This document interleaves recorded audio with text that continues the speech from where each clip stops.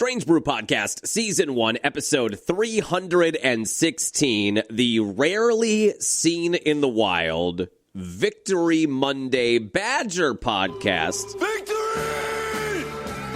I did not think that was going to happen, and I say that as somebody who went to boo at a bar like we talked about on the Friday podcast. My buddies and I went and booed at a couple bars. And in order to make the game more palatable, I did throw some money, not only on Badgers plus 12, but then I thought, what the hell? Let's just put some money on the Badgers plus 315 to win outright, because if they hit that, I don't want to be on the outside looking in. Well, they cash both tickets in a 13-10 win over number 23 Washington at Camp Randall. I don't know that it says anything about the future. I don't know if it backs up the conversation from last Friday that Chris McIntosh has faith in the team and Luke Fickell's going to be the guy in 2026. I don't know about any of that, but it's just nice to have a fun Saturday where the Badgers won a football game against a top 25 team. And that may be all it is, but we're going to break that down. The fact that their punter led them in passing on Saturday probably doesn't forebode well for the remaining games on the schedule, particularly this weekend at number 2, Indiana. But we'll talk about it. Talk about the Badger win coming off of the emotions on Thursday of the endorsement and the official statement from McIntosh and the university that Fickell is back in 2026.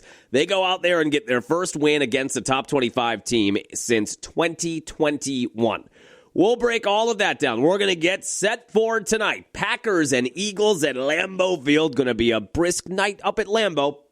And a chance for the Packers to bounce back in a big way after a turd of a game at home against the Panthers last weekend. Now a chance to take down a contending team, the reigning Super Bowl champions, the division leader that might be vying with you for home field if the Packers stay in that conversation. You want to stay out in front of the Lions and Bears, who both won on Sunday. We'll do our lap around the NFL, but a massive game at Lambeau Field tonight. We'll talk a little bit about the Bucs too. Despite a loss yesterday at home to the Rockets, I felt like a pretty good weekend. You went out and got a win against a 6-1 Bulls team in the NBA Cup qualifying game on Friday. Nobody better in the NBA Cup historically than the Bucs. They are now 12-1 in NBA Cup games. They got that win on Friday, and then last night against a team that is expected to contend for a title in the Western Conference. They added Kevin Durant in the offseason to push them over the top.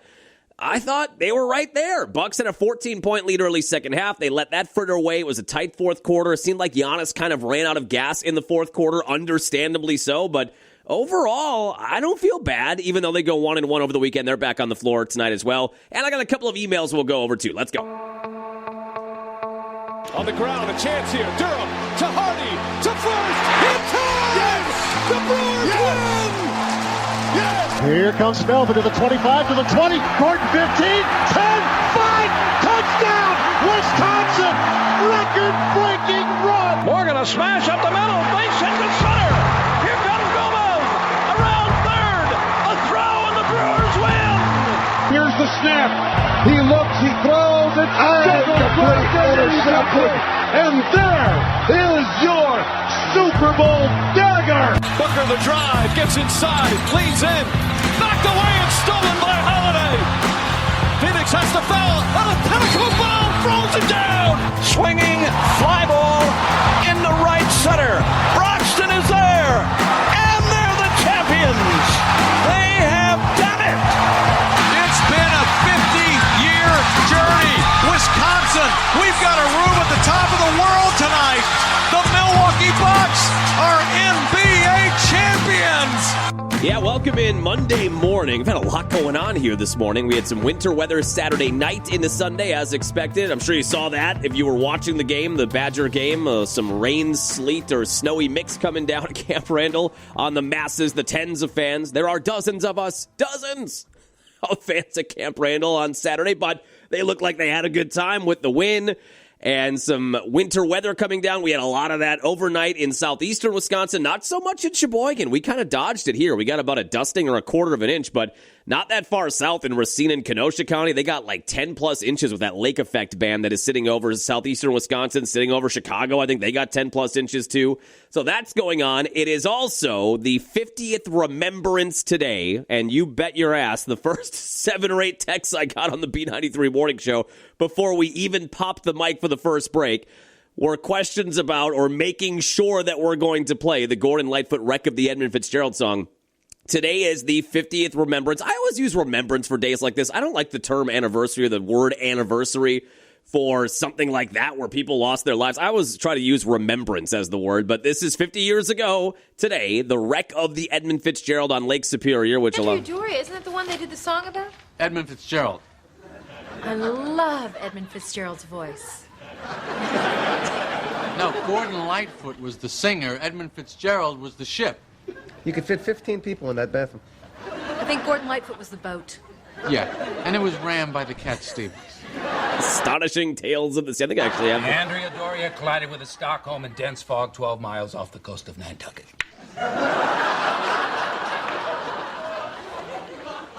How do you know? It's in my book, Astonishing Tales of the Sea.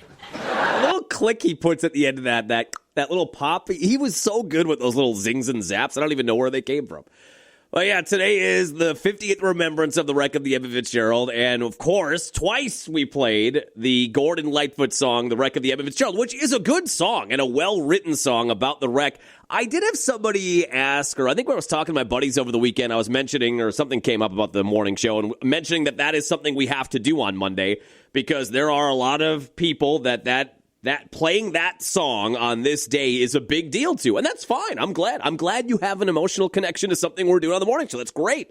And I think it is one of the best written songs I think I've ever heard. Now, you can squabble like all music about whether you like the sound of it or the chords he's playing or whatever, but I think it is a really well-written song from a storytelling perspective. And I had somebody ask me, why is this such a big deal? The wreck of the Edmund Fitzgerald, remembering it, talking about it, playing that song.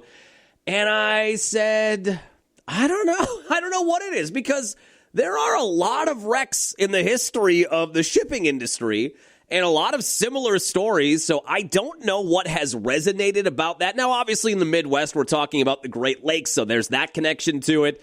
But I don't know. I mean, I don't know what it is. There's a mystery to it, like with a lot of shipwrecks. There's a lot of questions about what actually happened. I guess in some instances, you know exactly what happened, iceberg. But in some instances, like this one, there is a mystery component. Now, because it's the 50th remembrance, there have been a lot of TV specials.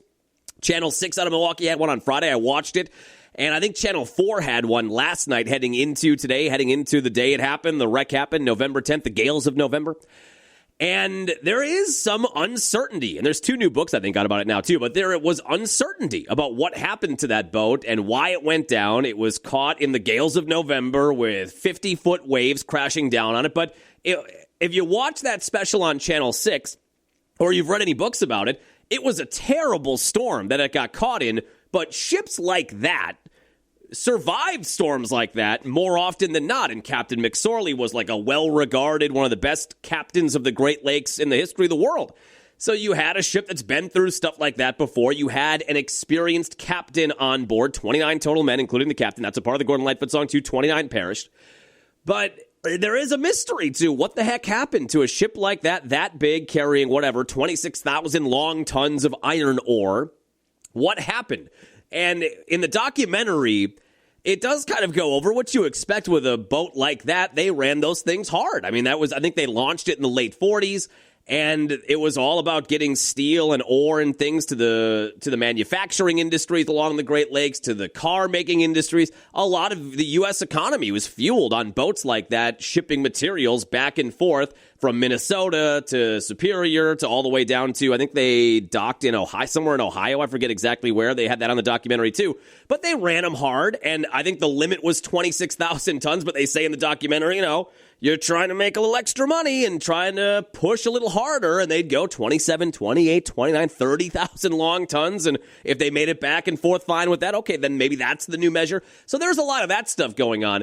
I think ultimately on the Channel 6 documentary, there was some 6-fathom shoal off of Caribou Island, which is kind of where the ship was when things really started going sideways.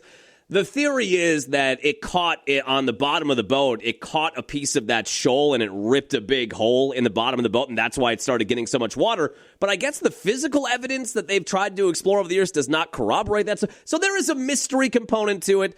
The Astonishing Tales of the Sea, people get into that. But If I had to pinpoint one thing, the Gordon Lightfoot song, put it into the pop culture lexicon as well. So maybe that's a big role, a part of why people love or think about that and like to learn more about it. But yeah, when I think about, look, what about this one has people so fascinated by it or it's so wrapped up in it, it's hard to answer. I don't know. But we did play that Gordon Lightfoot song twice on the 50th remembrance of the wreck of the Edmund Fitzgerald today. Real quickly, before we get into the Badger game, I've got a couple of emails, one about the Badgers and then one about trying to watch the Badgers on TV.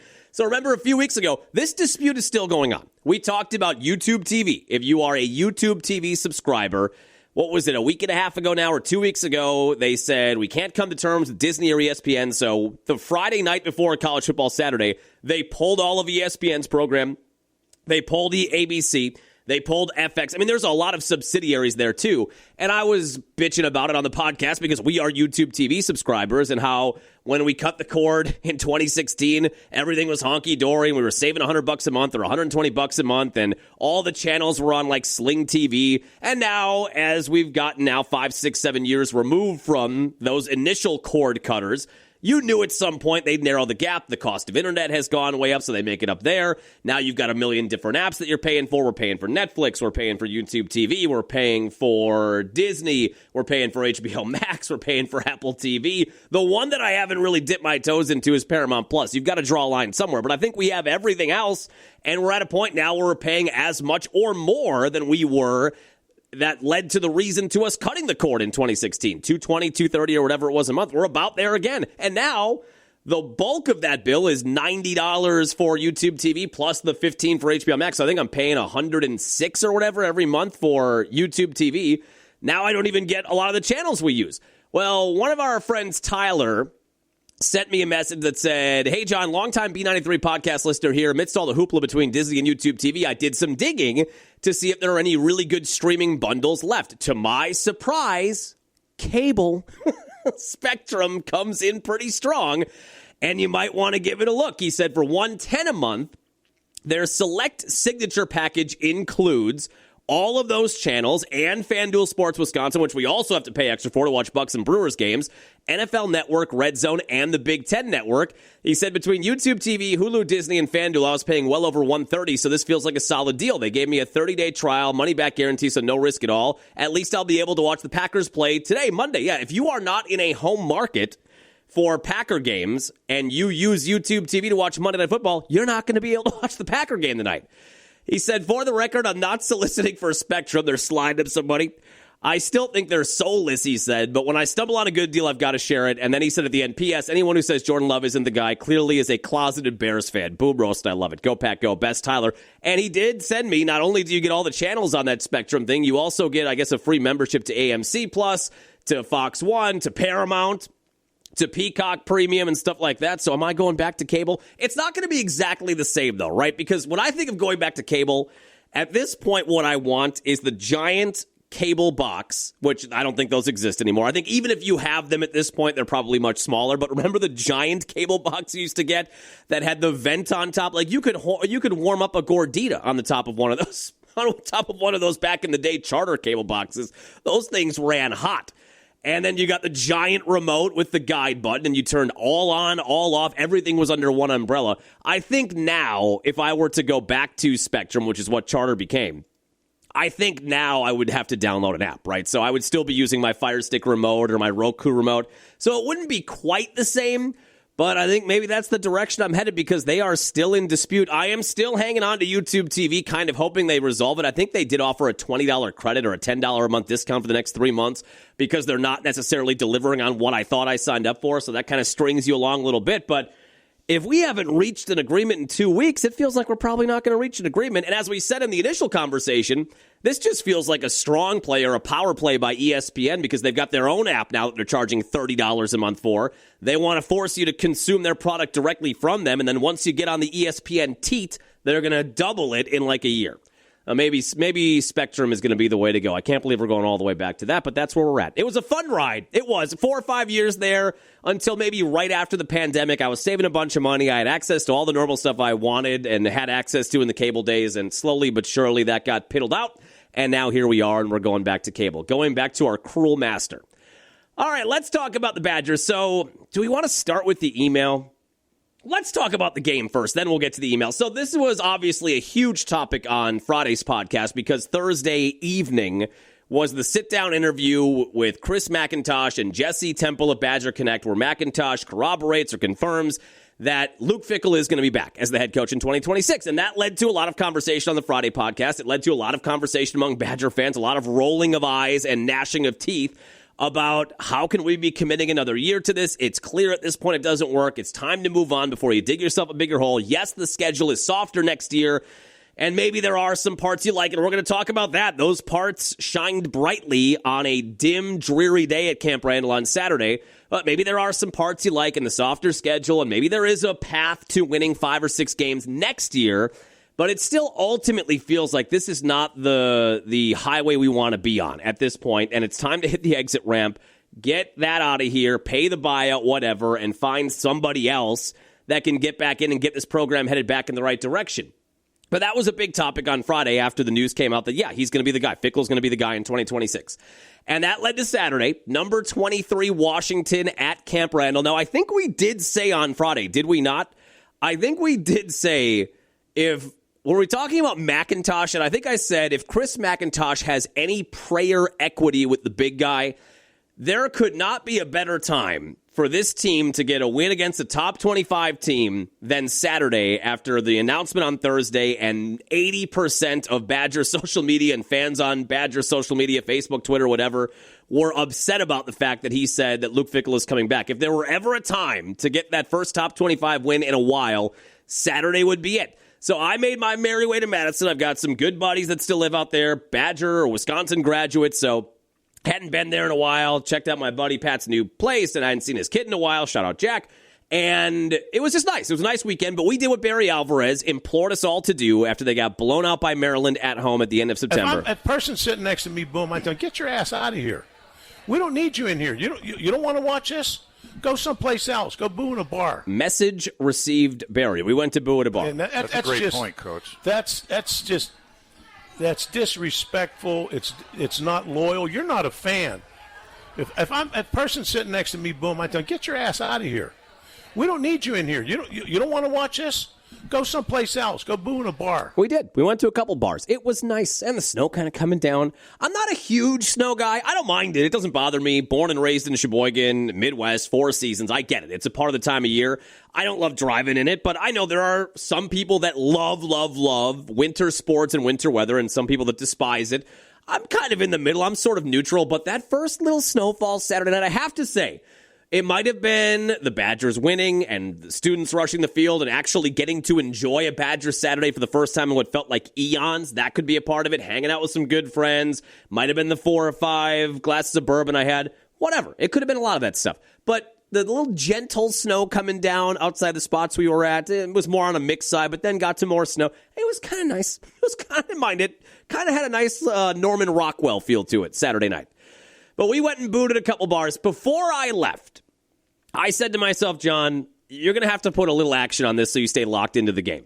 Now, there is, in my life, when I think about all the bets I've laid down on sports, I would say 70 to 75% of the bets I've laid down on a game, parlays, teasers, whatever in my life, I've done some research. I feel comfortable, even though I'm not hitting 75%, obviously. I feel like when I lay that bet down, I've done some due diligence, and there's a chance, a better than 0% chance, a better than 50% chance that bet hits. I do some research on it. Like the ones we give you, even though we're 500 still coming out of the weekend, we're 18 and 18.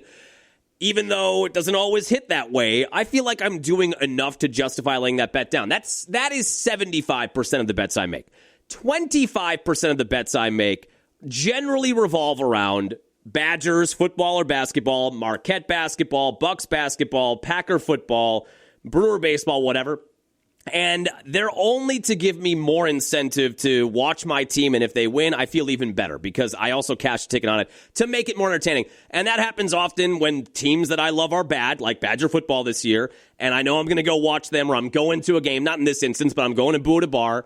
I just want to have a little action on it, even though I don't think it's going to hit, just to incentivize my attention span a little bit. So I put on, before we sat down, I put on a bet at plus, I think 11.5 is where it was in terms of the actual game line. And then once I laid that bet down, I thought, I saw the money line at plus 315 or plus 320 or whatever it was. And I said, you know what?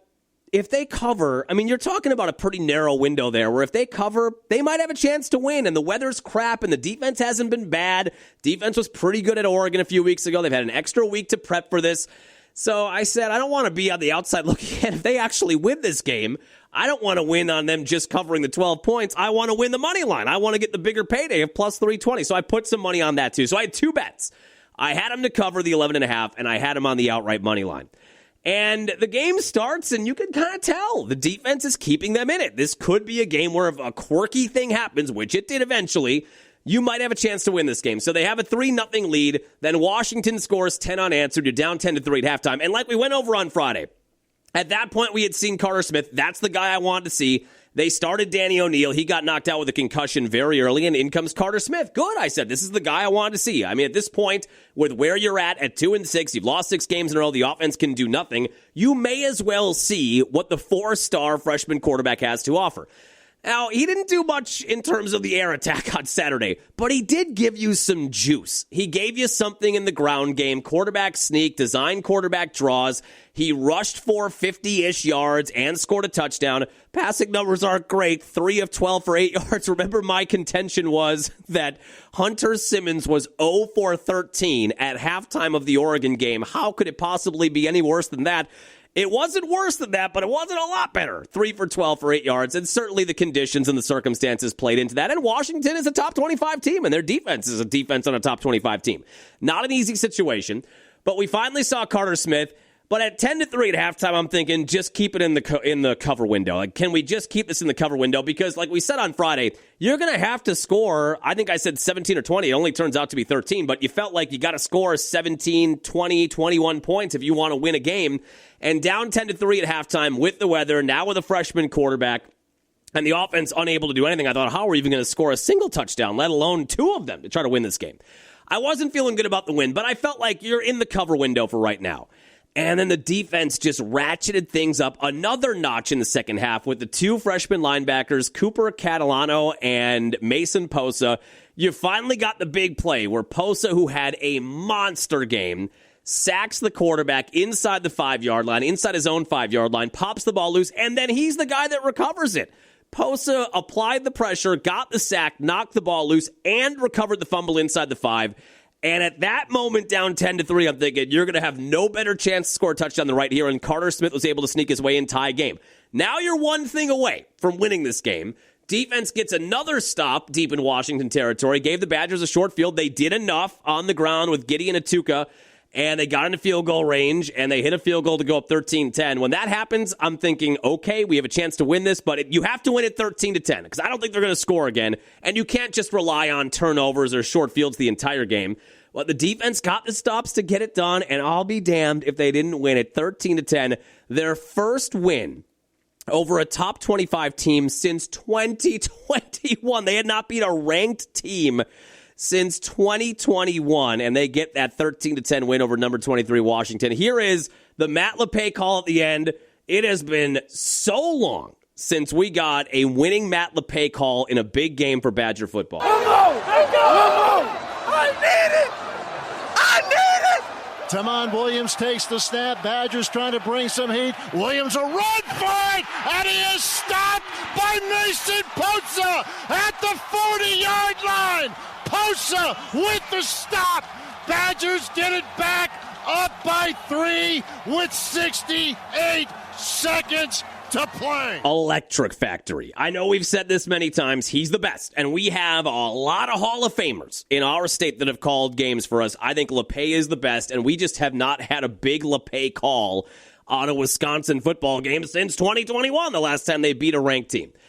They seal the deal with a Posa, I think technically sack, right, on that last one, and they get a 13-10 win. The crowd rushes the field. Let's just talk about that real quickly. I know there was some rolling of eyes about that on Twitter. I'm like, oh my God, you're rushing the field after you beat the 23rd ranked team in the country. This is how far Wisconsin has fallen. As the great, what was his name now? I can't even think of it. What's the quote I'm thinking of, the dump in your pants guy? I can't think of the name of the guy who was fighting Mike Tyson. In the words of that guy, hold on, we got to find the guy. Dump in your pants boxer. One of the great clips about Peter McNeely. As the great Peter McNeely once said, if you don't like Badger fans enjoying the moment on Saturday, storming the field, their team, and all those students, most of them haven't seen this team beat a ranked team. If you are getting angry at 18, 19, 20, 21-year-old kids enjoying a college football Saturday in the rain and snow, the first big win the team has had in almost 5 years, then as the great Peter McNeely said, you've got a big dump in your pants. So if you want to be that guy, and there were some radio shows this morning in the Milwaukee area, specifically Jen Game and Chewy, that were talking about how it was not disgusting, but not so far off from that phrasing that the Badger fans stormed the field on Saturday. You've got a big dump in your pants. Check your pants, because there's a dump in them. These are kids, man, and they're just trying to enjoy a fall Saturday. Their team finally got a big win. Let the kids have fun and celebrate. I did think it was funny, the dudes that were taking their shirts off in the student section looked like it was, maybe 30% full or 40% full. It was a lightly attended Badger game. I can't imagine there were more than 50,000 in the 80,000-seat venue. I'd be shocked if 50,000 showed up. But there was a group of dudes in the student section that they showed when the rain and snow was coming down that took their shirts off. Just guys being dudes. And there was maybe 20 of them, but then as they put them on TV, I'm sure people were on their phones seeing it on social media. So slowly more dudes matriculated their way up to that area of the stands and had their tarps off. And before you knew it, was all tarps off. And I guess the Badgers had some recruits, some big recruits, 4-star recruits at the game for their campus visit over the weekend. And they were at the game and they took their shirts off and were getting pumped up. That's a good sign, right? So they do storm the field at the end of it. I am fine with that. There might have been a time in my life when 10, 15 years ago where I would have admonished them for doing that. But at this point in my life, at 41 years old, God bless you. You're 21. You're living the life. You got no responsibilities. I mean, you probably have some responsibilities, but you don't have any real responsibilities. And you get to go enjoy a college football Saturday, storm the field. Why the hell not? Enjoy your life. It's short. It's just a short journey. Enjoy it.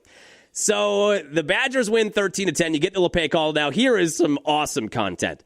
The two stars of the day, and even going back to the Oregon game, the two stars of that game were the two freshman linebackers, Mason Posa and Cooper Catalano.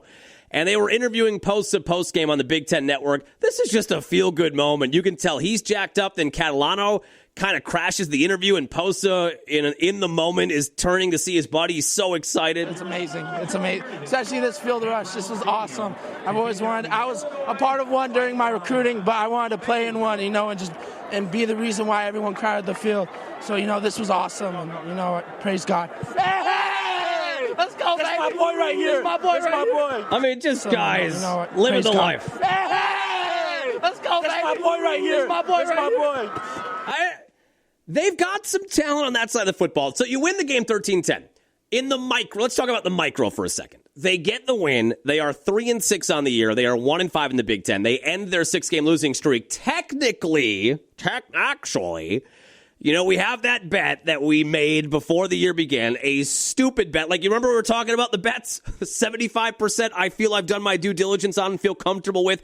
25% I'm betting with my heart because I love this team and I want to have an incentive to root for them all year. That's what that Wisconsin bet was at the beginning of the year. The over on 5.5 wins, that was the dumb part of my brain heart, 25%. Technically, by winning on Saturday, that is not dead yet as they get to 3-6. And in theory, you have 3 games left. And if they won all 3 of them, you could get to 500. You would have to beat number 2 Indiana on the road this weekend. That feels very unlikely, but the math is still there. So we're not dead yet. We're not that drunk.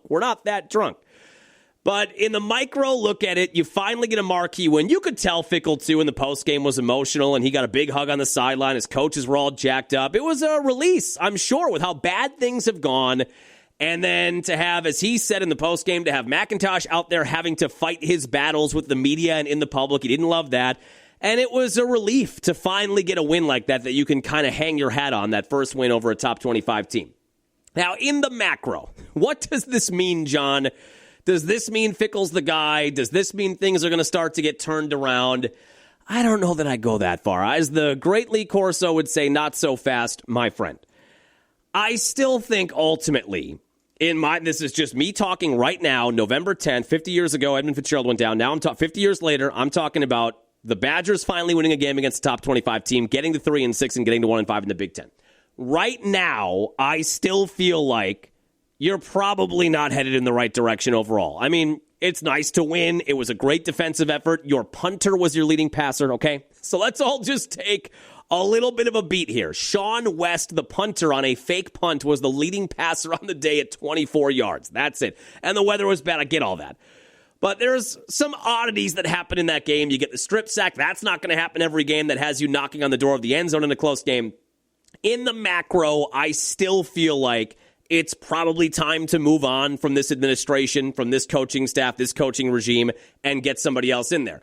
That's not to say I don't feel good for them. I saw a lot of that on social media. I don't know why we do this. I guess it's just one of those things now in the Twitter, Facebook era that we've been in for 15 or 20 years. If you have a take on something and then something happens to the opposite of that, then all of a sudden you get called out. You were wrong. So like I said on Friday, I don't think this is a good move to bring him back in 2026. I think they have to move on. I think they need a new head coach. Well, then they go out there and they beat number 23 Washington. So then you got a lot of people on social media saying, oh, you all doubted Luke Fickell, and now look what's happening. And you're out there celebrating. Yes, I am. I'm a Badger fan.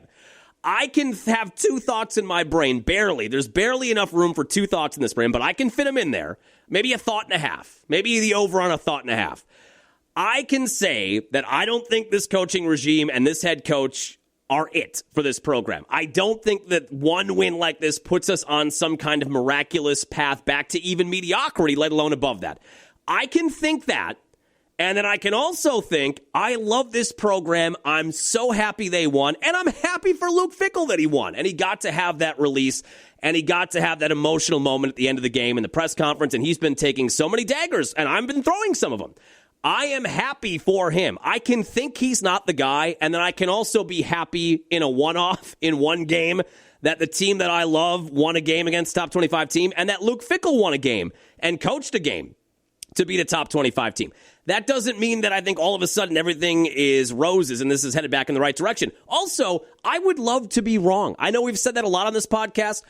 I don't think Fickell's the guy, ultimately, even with the Saturday win. Maybe we'll see something that will change my mind this Saturday or by the end of the year. Now, if they go to number 2 Indiana and they're competitive, and then they beat Illinois at home, and they beat Minnesota on the road and get Paul Bunyan's axe back, maybe then I'm starting to feel differently by the time we get to that podcast, but we'll cross that bridge when we get to that bridge. As of right now on November 10th, even with the win and how good I feel about that and how good I feel for him for getting it, I still don't think that he's the guy. You can have those two thoughts. You can be happy about the win and happy for Fickell and still think that he is not the guy for this program moving forward, and ultimately they're going to have to make a change. But for one day, it was fun to see them win. I always think of the Kevin in the Office when he wins the parking battle where they get their parking spots back. This is how I feel about that Badger win on Saturday. After Stacy left, things did not go well for a while. And it was hard to see. It's just nice to win one. That's it right there. It's just nice to win one. I don't think right now this means anything larger other than they got a really nice win against a top 25 team and got off the schneid a bit on Saturday. But yeah, I'd love to be wrong. I would love to see this team be competitive on the road against the second-ranked team in the country this Saturday. I'd love to see them beat Burt Bielema the week after that, and I'd love to see them get Paul Bunyan's axe back and finish the season 5-7.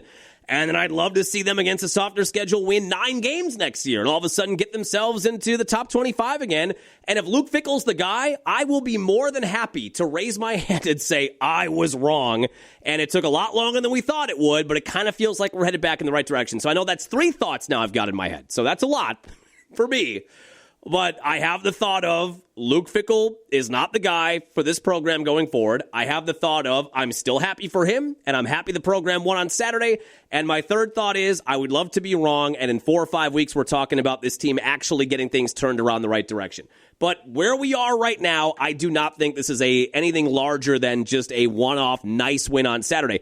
Now, there are some pieces on this defense. When you look at the box score, and we talked about this coming out of the Oregon game, the 2 freshman linebackers who are Luke Fickell guys were tremendous. You had Cooper Catalano had 19 tackles on Saturday, 12 solo tackles, and 1.5 tackles for loss, 19 tackles in a game. And he was sort of overshadowed, even though Posa had 11 tackles, which is still a huge game, 8 tackles short of Catalano.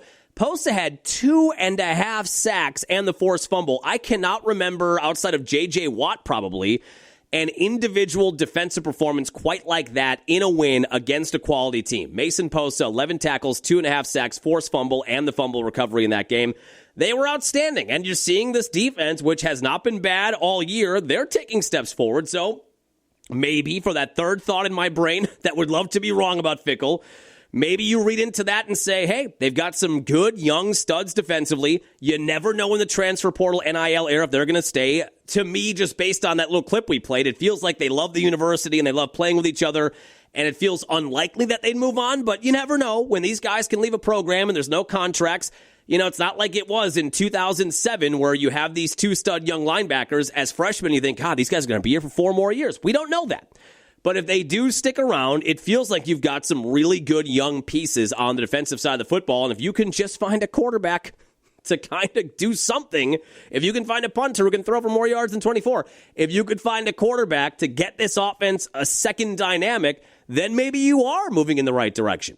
But they open as 31-point underdogs on the road at number 2 Indiana. And Indiana had to scrape one out against Penn State on the road. What a catch at the end of that game. A tippy-toe back of the end zone catch that got them a 27-24 win.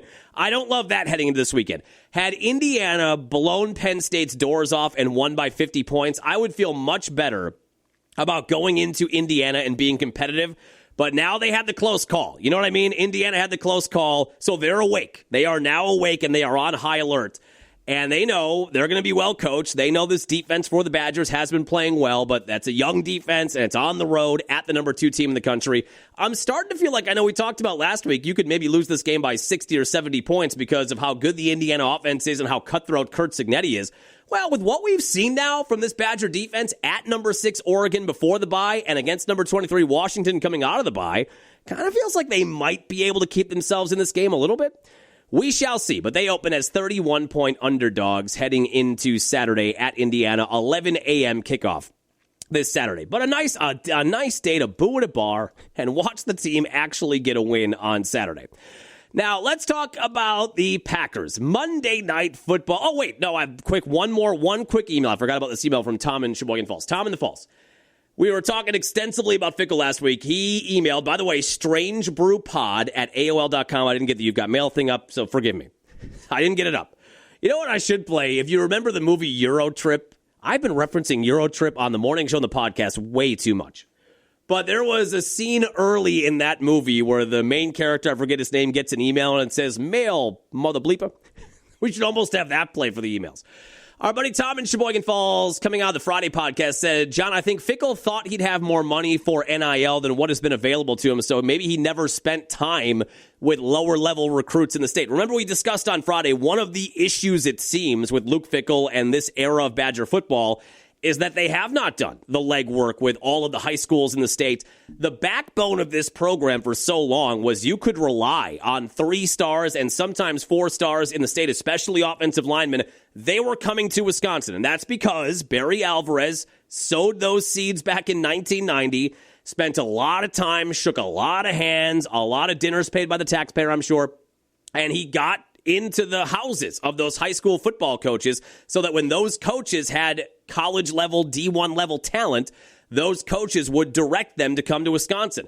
And that was the case for 25 plus years. Well, like we talked about on Friday, basically every Badger alum will tell you that Luke Fickell and these coaches have not done that. They have not kept those ties with all of the high school coaches in the state. So when those coaches have a 3-star offensive lineman, where do they tell them to go? They have no relationship now with the Badger football program or Luke Fickell. So it feels like they're going to have to start over there, even with the win on Saturday and however the rest of this year plays out.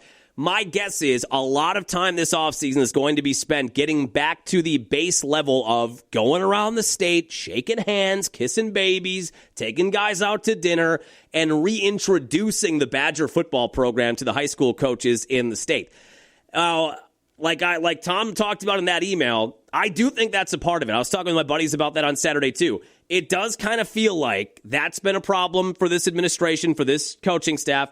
And the other problem it feels like has been money. And we talked about with the McIntosh interview on Thursday, it feels like every time McIntosh opens his mouth about the Badger football program recently, he is not so subtly asking for more money. So I do think there is some truth to what Tom is saying, where Fickell, when he got the job and NIL was just becoming a thing, he might have been promised that we're going to have $50, $60, $70 million for you to spend.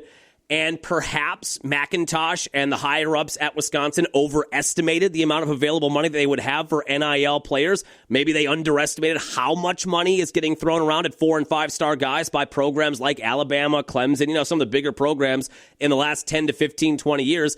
Maybe they underestimated that. They underestimated the amount of money they had. And Luke Fickell might have been thinking when he got here, okay, they're going to give me a boatload of money so I don't have to go and shake the hands of the high school coaches to get the 3 stars because I am going to have the artillery, in this case the money, to just go and pay the 4 or 5 stars. So that could all be playing into why we are where we are right now, where he was promised X amount of dollars. That hasn't come through. He thought with that amount of money, he wouldn't have to do the drive around tour, the bus tour of the state.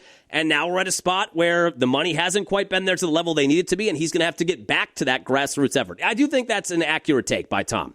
Again, Strange Brew Pod at AOL.com. Strange Brew Pod, all one word, at AOL.com. You've got mail.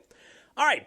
Packers tonight, Packer game day. It is going to be brisk at Lambeau Field. Luckily for you, if you're going, the seat width at Lambeau Field was designed for people that are 5'6" and weight 145 pounds. When those seats went in at Lambeau Field in the 50s or 60s or whenever, we were a lot smaller as a culture. But the nice thing is, when you go up tonight and it's 25 degrees at Lambeau Field, you get snuggled in next to a 250-pound dude with his overalls on and his snow pants and his giant winter coat. That's actually helpful. It's one of those rare things where normally I hate that. Like normally you hate if you're at a Brewer game and you get sandwiched in between 2 bigger dudes. That's not a comfortable night of baseball. But in this instance, it's nice when you need body warmth to keep warm. And then when everybody gets up at halftime, it's like the temperature drops 25 degrees almost instantly. But it is going to be one of those first cold weather games at Lambeau tonight. So like we said, there's not a ton to go over here. This is a chance for a big bounce back. We said coming out of the Panther game, which was a turd of a game, and the Panthers go out yesterday and they lose at home to a 1-win Saints team. Remember, I kind of said coming out of the Packer podcast on Monday last week, well, people were acting like the Panthers were a 1-win team, but they're 4-4. Now they're 5-4, and they're a game out of a wild card spot. We tried to spin it like that. Well, it doesn't look all that good anymore when they follow that win at Lambeau up with a loss at home to a rookie quarterback and a 1-win Saints team. Not great, Bob. But this is a chance now to reverse course coming out of that game and get a marquee win against the defending Super Bowl champions in a game where you have a chance to make a statement, national TV audience. Last year, you lost the opener in Brazil to the Eagles. Then you lost in the wild card round in Philly. They're the defending champions. You had the whole subplot in the offseason of the tush push, which now everyone seems to be on board with banning it. If only there were a franchise that put forth a vote to ban this in the offseason. I think people seem to forget about that on a national level. So that's a subplot, too, that I'm sure will be talked about over and over and over again tonight. The Packers were the ones that tried to ban the tush push, the signature play for the Eagles whenever they get in 3rd and short or 4th and short or at the goal line. The Packers tried to ban it, but they didn't have the votes. What was it? 23 of the 30 teams voted to ban it, but you needed like 25 of the 30 teams to ban it. That'll be a subplot heading into tonight as well. It seems like teams are relatively healthy. The Packers are not going to have Lucas Van Ness. They are not going to have Nate Hobbs. I don't know if that's a huge loss anyway. But it does sound like you're going to have Dontavian Wicks back. Zach Tom practiced and sounds like he should play. Colby Wooden practiced and sounds like he should play. So relatively healthy considering how late in the year we are now. Matthew Golden feels like he's more of a game-time decision heading into tonight. On the Eagles side of things, they did trade for Jair. You kind of thought we were going to get the Jair homecoming at Lambeau Field. I would have laughed out loud if we would have gotten the Jair homecoming and he would have named himself an Eagles captain, or they would have named him a captain. Remember, that was that 2 years ago in Miami where Jair went out there, named himself a team captain, and then almost botched the coin flip and what the Packers wanted to do on that coin flip. That felt like one of those first times we had some real divisiveness between LaFleur and Jair, or maybe Jair took it a little too far. and almost cost them in a tight game.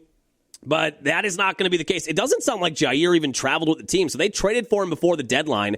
It does not sound like he's even going to be in Green Bay, like he didn't even get on the team flight. The Eagles will be down Cam Jurgens, their starting center, so maybe a chance there to have an edge with a good pass rush and Micah Parsons, or as Chris Collinsworth would say, pass rush, with Micah Parsons and everybody and Wooden coming back with their backup center in. That is obviously a big part of identifying blitzes and helping cover when you've got an extra rusher. That could be a situation you could exploit if you're the Packer front seven heading into tonight. Now, we said coming out of that Carolina game, it would be very on brand for the Matt LaFleur Packers and for this season of this Packer team to lose at home as 2 touchdown favorites to the Panthers and then have a game against the defending champions a week later and win that game. Don't forget, the Eagles are coming off of a bye here. I feel like that's been an under-talked about part of this game.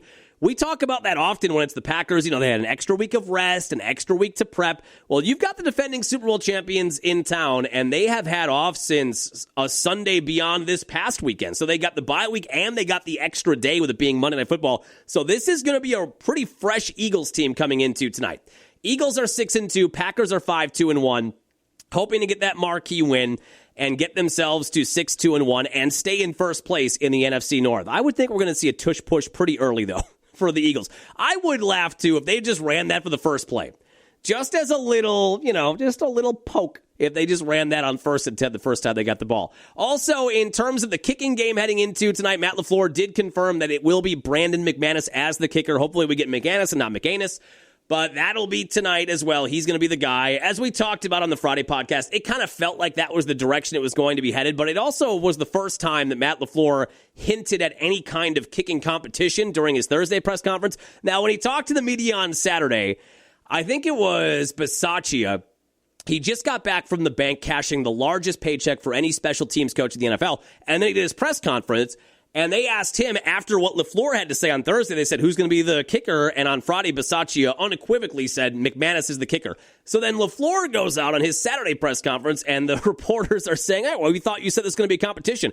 And then LaFleur said, well, I think you guys blew what I said a little out of proportion. Well, you said it. I mean, those were your words. And like we talked about on the Friday podcast, that was the first time in weeks we had heard of any kind of kicking competition. And when you've got a veteran who is struggling, McAnus, and you've got a guy who's 10 for 10 that you're still carrying on the 53-man roster now for 3 straight weeks when he doesn't have a chance to kick, and then you talk about a kicking competition, I don't think it's a bridge too far to say that, oh, this is the first time that he has said this. So I think you guys kind of blew that out of proportion. Well, you said it. You said the words.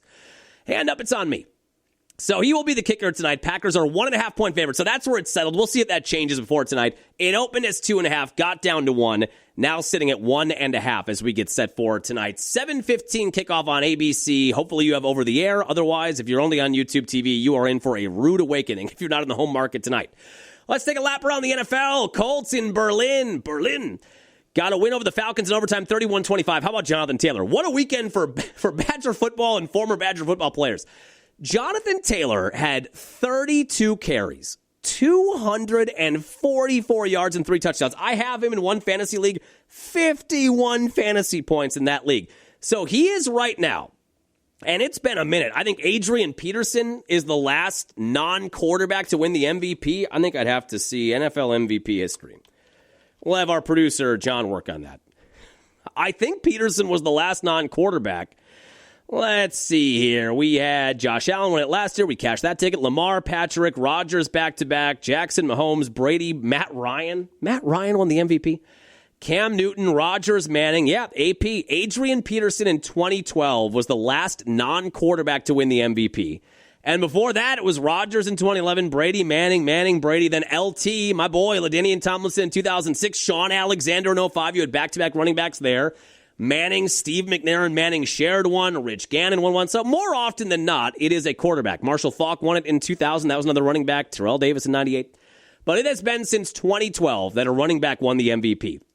If Jonathan Taylor keeps putting up the numbers that he is putting up, you have to give it to him, right? He is on pace to get close to the Eric Dickerson single-season rushing record. Right now, Taylor is on pace for a little better than 2,000 yards. I think he needs like 2,138 or whatever it is to break the record. He is on pace for 26 touchdowns. He has 15 already. He also caught 3 balls for 40 yards yesterday, so he almost accounted for 300 total yards and 3 touchdowns in Berlin. So another outstanding game. Right now, he has the 3rd best odds to win the MVP. I don't think our Baker Mayfield bet's going to cash. Number 1 right now. Who is number 1? It's Drake May. Drake May is number 1. He has the best odds to win MVP. Another AFC East quarterback, and he was great again yesterday. Matthew Stafford, who I think personally is the clubhouse leader in my own personal clubhouse, he's number 2, and then Taylor's 3. But if Taylor breaks the Dickerson record and he piles up 25-plus touchdowns, I know it rarely goes to a non-quarterback, but you almost have to give it to Jonathan Taylor. Bears got a win yesterday. They were down by 10 at home in the 4th quarter to the 2-win Giants. Then Jackson Dart went down with a concussion. Russell Wilson came in, and that reversed everything. Caleb Williams got in. Go-ahead touchdown, 18-yard run. You got to tip your cap. I hate to do it. 24-20 final. Bears are 6-3 on the year.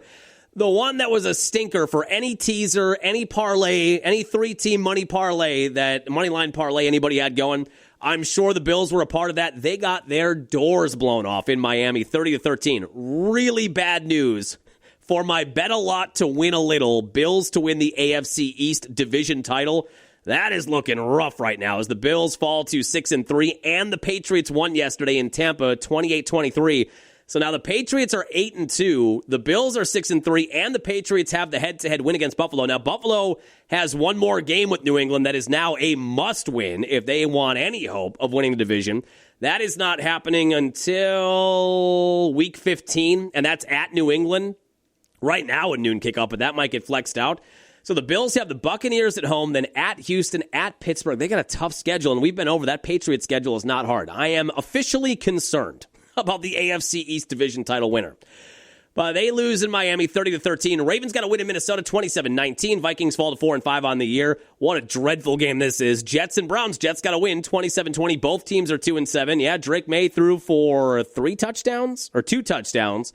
And then the rookie running back, Travion Henderson, 14 carries, $147, 2 touchdowns. Patriots are 8-2. They beat the Buccaneers 28-23. As we said, the Saints beat the Panthers 17-7. The Texans were down 19, and they rally behind Davis Mills and beat the Jaguars 36-29. That was a lost bet for us, and I thought that one was in the books. I think it was 29-10 Jaguars. We had the Jaguars minus 2.5. This is why betting is not for the weak. It's not for the weak at heart. The Jaguars were minus 2.5, and they were up by 19 in the 4th quarter. I mean, I'm counting that money, and then all of a sudden, with 12 minutes left, the Texans get a touchdown, then they get it back, another touchdown, and a fumble recovery for a touchdown. So the Texans score 26 fourth quarter points, and they win 36-29. Now, I guess I have the Texans to win the AFC South bet. I thought that was done. You know, we talked about that when we talked about putting money on the Jaguars, but now they're 4-5. They are 3 games back of the Colts. That's still a pretty fair distance, but the Texans have both of their games left with the Colts. So if you can find a way to win both of those, they might be in the conversation. They are at Tennessee this coming weekend, but the Texans kind of keep themselves a little afloat there behind Davis Mills with that win at home. The Rams-Niners, this was kind of one of those where I won either way. So I've got the future on the Niners to win the NFC West, but I also have, remember preseason, the 3 bets we had preseason, Rams over 9.5 wins, Steelers over 8.5 wins, and the Steelers to win the division. So the Rams win in San Francisco 42-26, huge day for Stafford. Now that does hurt significantly the Niners to win their division bet. They fall to 6-4, Rams are 7-2, but that does get us a step closer to cashing that Rams over on wins ticket. See, the key is, with the futures bets, kids, the key is to make so many of them that every game kind of ends up in your favor. Every game hurts you and helps you. Lions got to win in Washington. Trump was on the call that game on national TV. All of a sudden, Donald Trump was in the booth. 44-22. Lions are 6-3 on the year. And then a really ugly night for Aaron Rodgers in Los Angeles against the Chargers.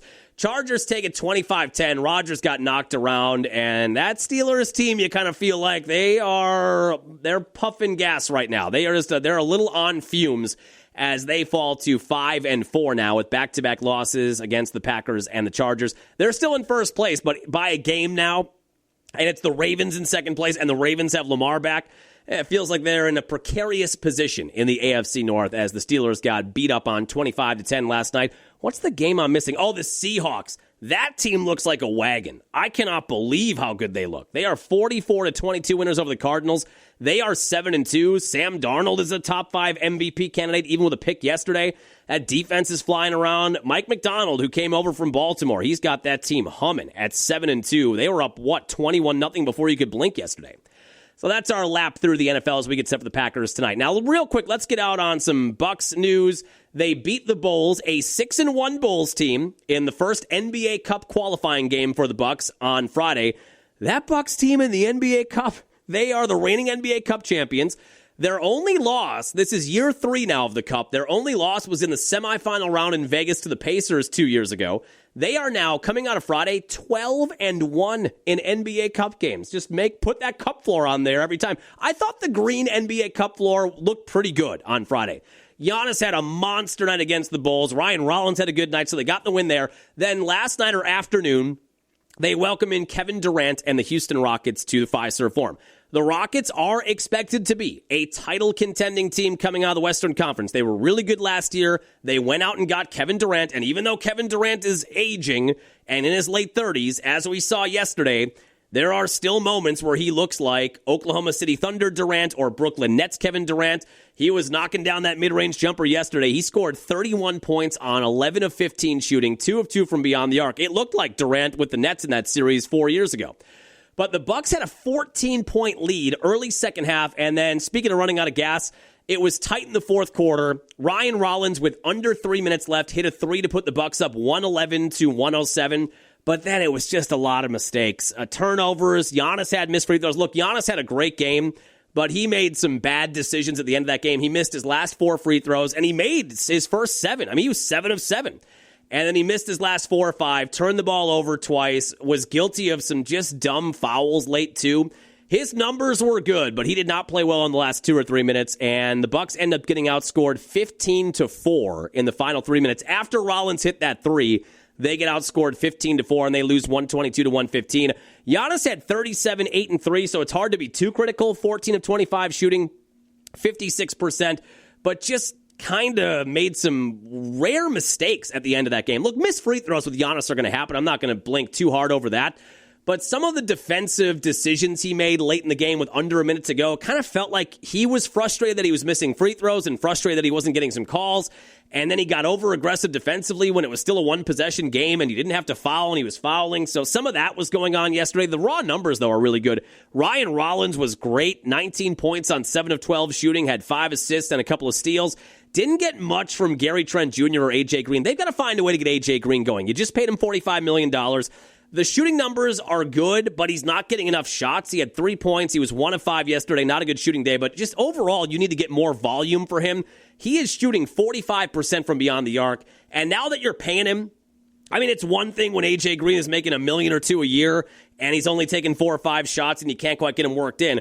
He's a guy making some money now. You gave him a 4-year, $45 million deal. And he is a sharpshooter. You have to find ways to get him more open looks. Gary Trent Jr. was a disaster yesterday. He was not terrible defensively, but really bad stuff offensively. Had 9 points, did hit 3 threes, but some bad choices, a lot of turnovers. And then off the bench, Bobby had 11, Cole Anthony had 12. Kyle Kuzma, guys, he's been pretty good. I have to say, Kuzma, I thought, gave you next to nothing last year when they got him in the Middleton trade, other than a younger player who could be on the floor, because Middleton you couldn't even count on to be in any games. So Kuzma gave you a guy you could play. That's the best thing I can say about Kuzma last year after the deadline. Off of the bench this year, they took him out of the starting lineup, off of the bench. He seems to have committed himself to being a gritty defender and rebounder. Didn't do great on the glass yesterday, but they had him on Durant. Now, Durant's numbers were good, as we just went over, but if you watched yesterday's game, Kuzma really made him work, and now in the last 3 or 4 games, they have had Kuzma on some elite scorers, and he's been holding his own. If he's going to be a guy that can give you 11, 12, 13 points off the bench in 25, played 30 minutes last night, if he can give you that kind of defensive effort and score you 10 to 12 points a game, all of a sudden, he's looking like a commodity off the bench, which I don't think is something I thought I would say at any point this year. So they lose 122-115. Even though you lost, I don't feel bad about the way the weekend went. You got a win against a 6-1 team on Friday.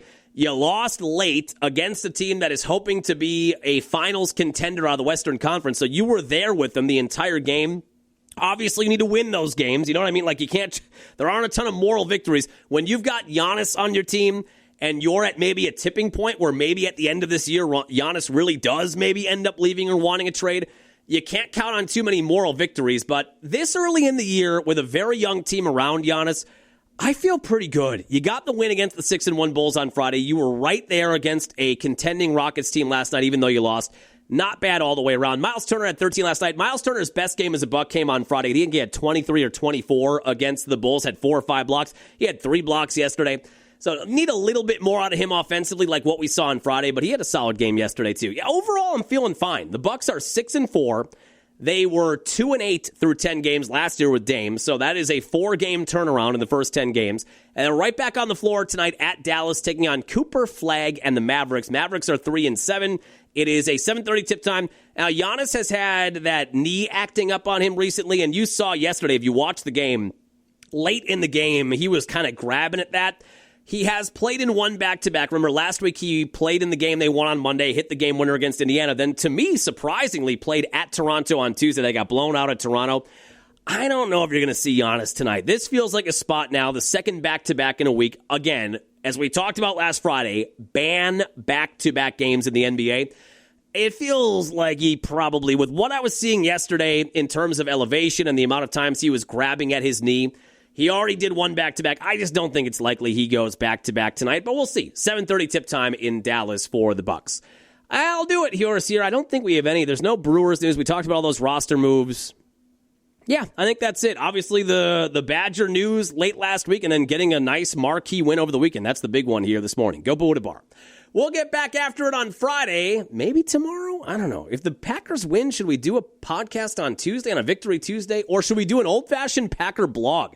Before the podcast, those were some of my most read blogs, were post-Packer game blogs where we would do like a bullet point by bullet point and make a bunch of Seinfeld references or movie references, and we would kind of break it down that way.